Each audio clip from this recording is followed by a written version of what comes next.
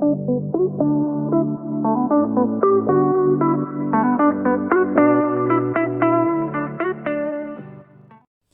pour la version Victoria Salopette, alors voici les pièces qui sont nécessaires pour ce hack.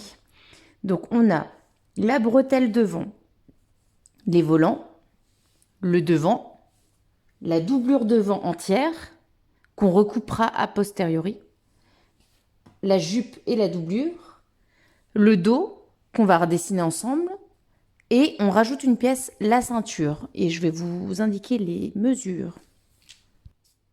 Alors on va commencer par retravailler la bretelle dos de Victoria qui va être notre bretelle de salopette tout simplement. Et tout ce qu'il va falloir faire, c'est de prolonger la bretelle. Donc là, c'est la bretelle. Le haut de la bretelle, le bas de la bretelle. Il suffira de faire des parallèles, donc bien garder la même largeur et faire des parallèles. Et j'ai rajouté, moi, 15 cm. 15 cm, je dirais que c'est une moyenne pour toutes les tailles. Parce que la mesure de votre taille, elle sera déjà déterminée par la bretelle dos et le surplus, c'est vraiment ce qui va nous permettre de faire essayer à l'enfant et de jauger. Je sais qu'il y en a qui aiment bien mettre plusieurs boutons sur la bretelle pour pouvoir la faire porter plus longtemps, tout simplement. Alors voilà ce que ça donne. Moi, ce que j'ai fait, parce que du coup, des bretelles, elles n'ont pas à être courbées. J'ai juste prolongé donc la bretelle, pardon, et j'ai tracé des lignes droites, hein, tout simplement. Hein. C'est-à-dire que j'ai pas suivi la courbe, elle est légèrement courbée en fait la bretelle. Moi j'ai tracé tout droit, tout simplement. Donc j'ai gardé la mesure de la bretelle et j'ai rajouté les 15 cm. Ces bretelles sont bien entendu à couper x4 dans le tissu principal. Pour cette Victoria Salopette, on doit aussi rajouter une pièce, la ceinture. La ceinture, celle qui va nous permettre d'insérer un élastique au dos, tout simplement.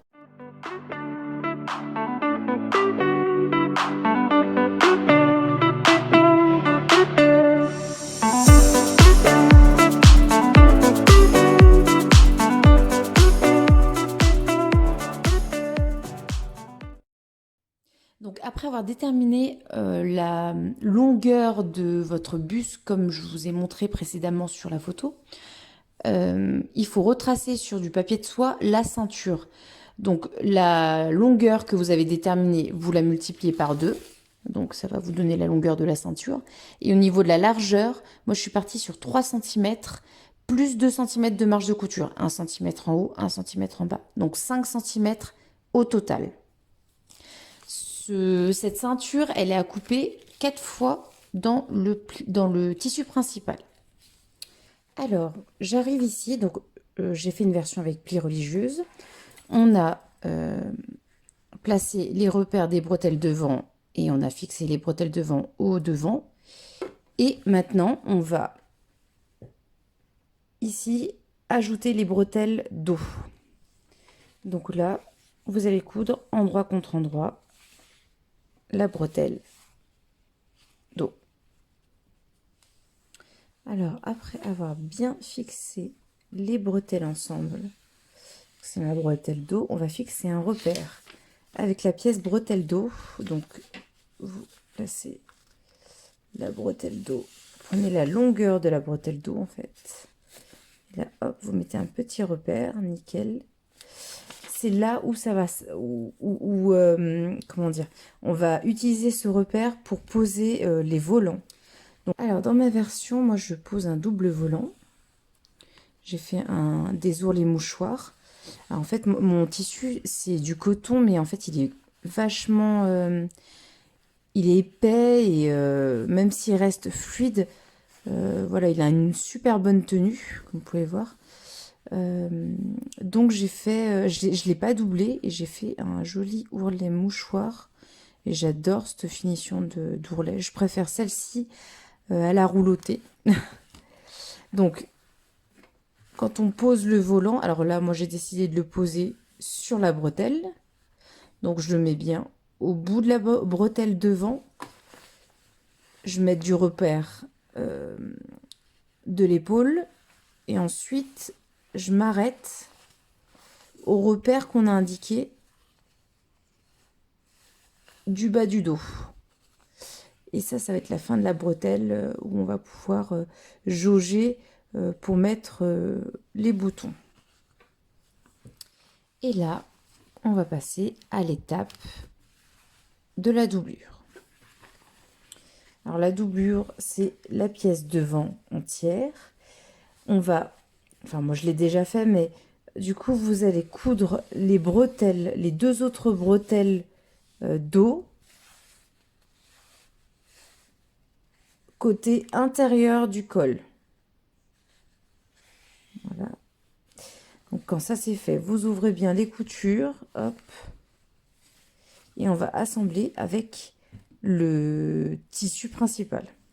Alors on va assembler le tissu principal avec la doublure, endroit contre endroit. Hop, voilà.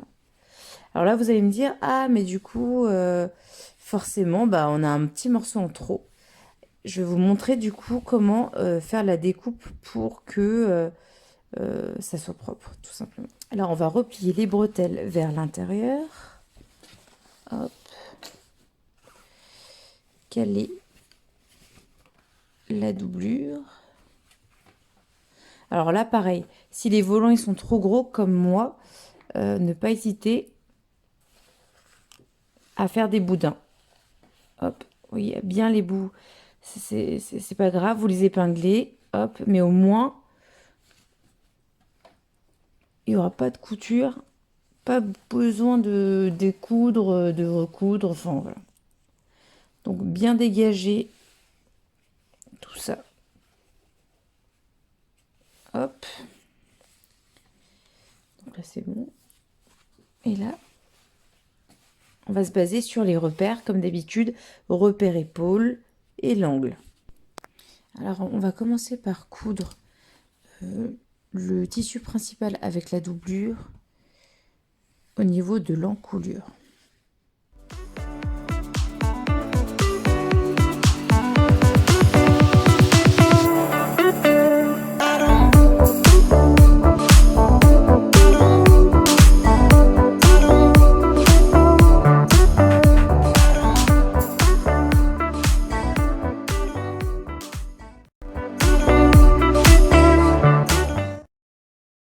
Après avoir cousu toute l'encolure, on va coudre sur les côtés.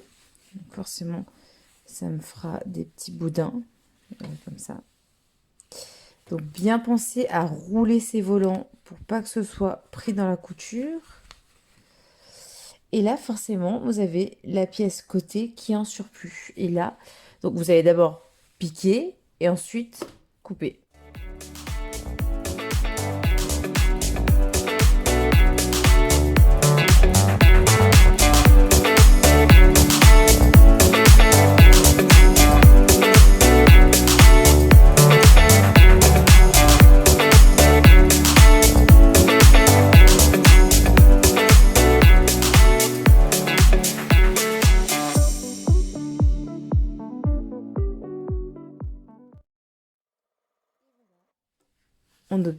On obtient deux burritos.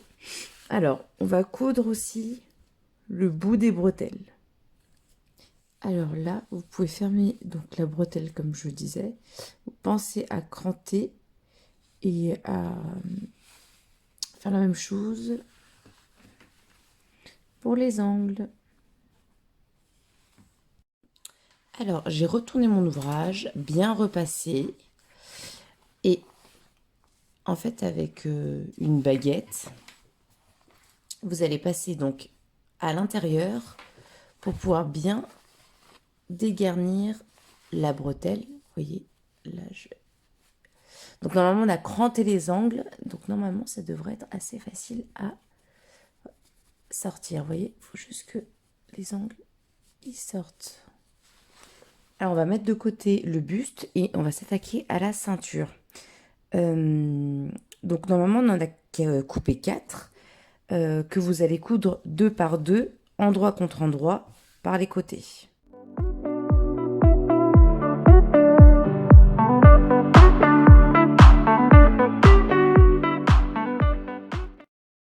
Alors d'ailleurs, pour celles qui veulent mettre la petite étiquette, je vous conseille de mettre sur la doublure ceinture, mais devant. Voilà, je sais, ça vous indiquera pas le devant du derrière de la petite robe, mais là, c'est pas l'intérêt, c'est moi, je mets pour la taille, pour indiquer que c'est moi qui l'ai fait.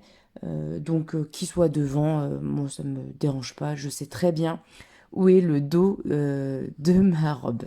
Alors, on reprend le buste, on reprend une ceinture, enfin une paire de ceintures qui est assemblée endroit contre endroit. Et on va prendre le milieu d'un côté. Enfin, le milieu. Alors, vous prenez une ceinture, vous prenez le milieu. Donc, moi, le milieu comme repère. Hop. Là. Et vous prenez le milieu du buste. Hop. Moi, mon milieu, il est là. Voilà. Et là,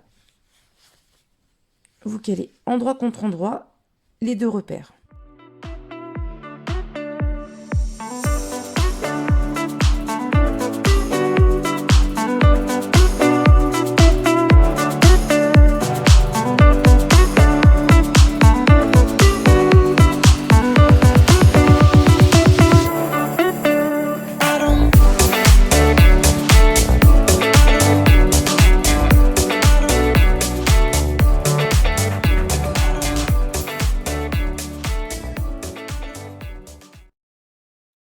Ensuite, donc là, c'est la ceinture tissu principale qui est épinglée.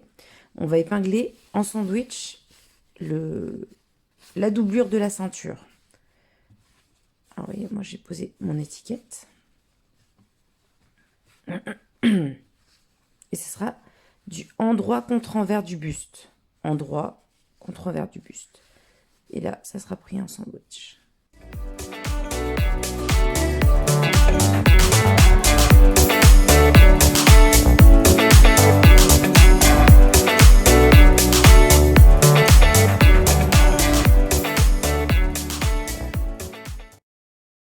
Voilà. Alors, après que vos deux ceintures sont bien calées en sandwich avec le buste, vous pouvez piquer tout le long du bas.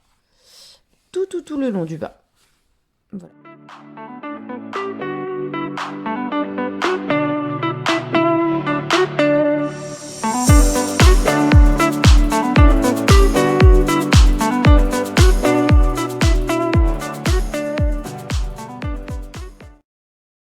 Après que la piqûre soit faite, je vous conseille, alors je le fais jamais, hein, mais je trouve que c'est tellement plus confortable après, c'est d'ouvrir la couture pour qu'ensuite, quand vous allez retourner sur l'endroit, ça soit nickel, qu'il n'y ait pas de... Vous savez, des fois, il y a des...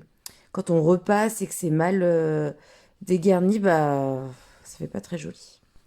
Alors, j'ai bien repassé mes marges de couture. Je vais pouvoir retourner sur l'endroit. Et vous voyez, c'est impeccable. Oh là là, regardez-moi, c'est raccord de fou sur la ceinture, sur le côté. Je me suis bien pris la tête. Alors, comme je vous le disais, moi, j'ai un tissu qui est assez... C'est un coton qui est quand même assez rigide et qui va avoir un bon maintien au niveau de la ceinture. Donc, j'ai pas thermocollé. Si vous avez un tissu beaucoup plus fin, je sais pas moi, en double gaze ou... enfin, voilà, plus fin, qui mettrait un peu plus de tenue, je vous conseille de thermocoller juste la ceinture de devant, pas celle du dos. Parce que celle du dos, c'est celle où il va y avoir l'élastique, donc il n'y a vraiment pas besoin de thermocoller. Donc celle de devant, c'est possible, et celle du dos, vous la laissez tranquille. Voilà, donc j'ai bien repassé ma ceinture. Là, vous pouvez voir l'envers, donc il y a mon étiquette. On va mettre de côté le buste et s'attaquer à la jupe. Alors donc là, rien de particulier, ça reste un montage de jupe traditionnel. Si vous voulez surjeter de tous les coins, vous pouvez y aller. Il faut juste, là pour l'instant, coudre endroit contre endroit les côtés. Et pareil pour la doublure, parce que moi je mets des doublures dessus.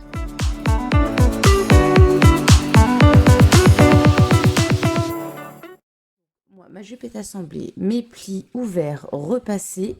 Regardez-moi ces raccords de dingue. J'ai surjeté le haut, mais alors là c'est juste une question pour que ce soit propre et égalisé. J'en ai fait de même pour ma doublure. Donc pour celles qui veulent pas doubler, c'est pas grave, donc vous avez juste votre tissu principal. Celles qui veulent doubler, vous calez bien tout de suite la doublure envers contre envers. Envers contre envers de votre tissu. Donc vous passez à l'intérieur la doublure et là vous calez envers contre envers votre tissu principal et la doublure. Voilà, donc j'ai bien mon tissu principal, ma doublure qui sont calés ensemble. On va mettre 2 fils de fronce en haut de la jupe et froncer tout ça. Alors ça y est, j'ai fait mes fronces. Je voulais en profiter pour vous montrer l'intérêt de faire 2 fils de fronce. Alors effectivement, un fil de fronce, c'est plus rapide, ça fronce. Cependant, en termes de finition, les 2 fils de fronce, en fait, ça permet d'avoir déjà des fronces plus régulières. Et quand vous allez piquer entre les 2 fils de fronce, là vous les voyez,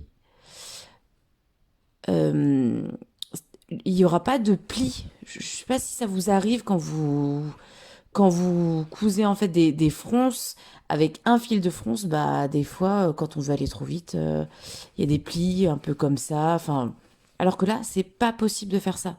Vous piquez entre les 2 fils de fronce et ensuite vous retirez le fil de fronce en bas. Et là, c'est magique. Ça vous fait des fils, enfin ça vous fait des fronces magnifiques et réguliers surtout. Enfin, voilà. Alors là, on récupère notre buste et on va caler la ceinture endroit contre endroit avec la ceinture du devant, enfin avec la ceinture tissu principal en premier. Au niveau des repères, vous prenez repères des côtés, côté, et j'ai dit. Donc moi, ma doublure, elle est calée avec mon tissu principal, vous voyez. Et là, vous prenez bien endroit contre endroit. Moi, je vais retourner comme ça, vous verrez peut-être mieux. Là, c'est mon buste. Ma ceinture tissu principal, ma ceinture doublure. Et j'assemble d'abord avec mon tissu principal. Alors, j'ai piqué, j'ai enlevé mon fil de fronce. On arrive bientôt à la fin et je voulais juste vous montrer le résultat. Regardez. Donc là, bon, on voit encore les petits points de mon deuxième. J'ai peut-être pas pris une aiguille adaptée, mais pour vous montrer comment les fronces sont régulières, il n'y a pas de plis. Et franchement, c'est vachement plus beau. Donc, perso, je préfère prendre le temps de mettre 2 fils de fronce pour que ce soit impeccable, plutôt que d'aller trop vite et du coup de devoir redécoudre, refaire la fronce, parce que du coup, enfin, voilà, je suis sûre que beaucoup se reconnaîtront. Alors là, on est sur l'envers de la robe et on va préformer un pli de 1 cm de la ceinture pour pouvoir ensuite piquer comme ça. Alors là, j'ai bien piqué donc sur l'envers la ceinture tout le long, sauf sur les côtés où j'ai bien laissé ma petite ouverture, vous voyez, pour insérer l'élastique du dos. Donc des deux côtés, hein, même de l'autre côté, il faut bien laisser de quoi mettre l'élastique. Alors l'élastique, vu les mesures de ma ceinture, elle fait 3 cm de large et j'ai pris 28 cm de long. Mais moi, Jeanne, elle est hyper menue. Essayez la robe sur votre enfant pour...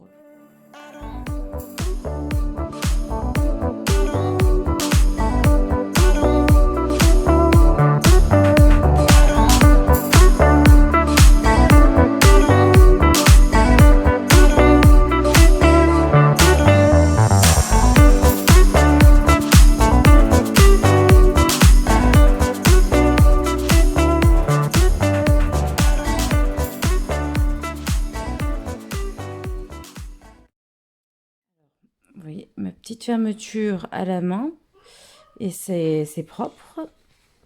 Et il n'y a plus qu'à faire L'autre côté, donc après avoir bien réparti donc votre élastique, fait essayer à votre enfant. Donc vous savez la mesure et du coup, il faut faire la même chose. On fixe au point zigzag l'élastique et on fait la fermeture. Après, il reste plus qu'à faire les boutonnières sur les bretelles. Donc pareil, vous mesurez sur votre enfant à quelle hauteur vous mettez les bretelles pour que ce soit bien ajusté. Et ensuite, vous pouvez fixer 2 boutons en fait derrière la ceinture. Et il reste plus que l'ourlet. Et on a terminé.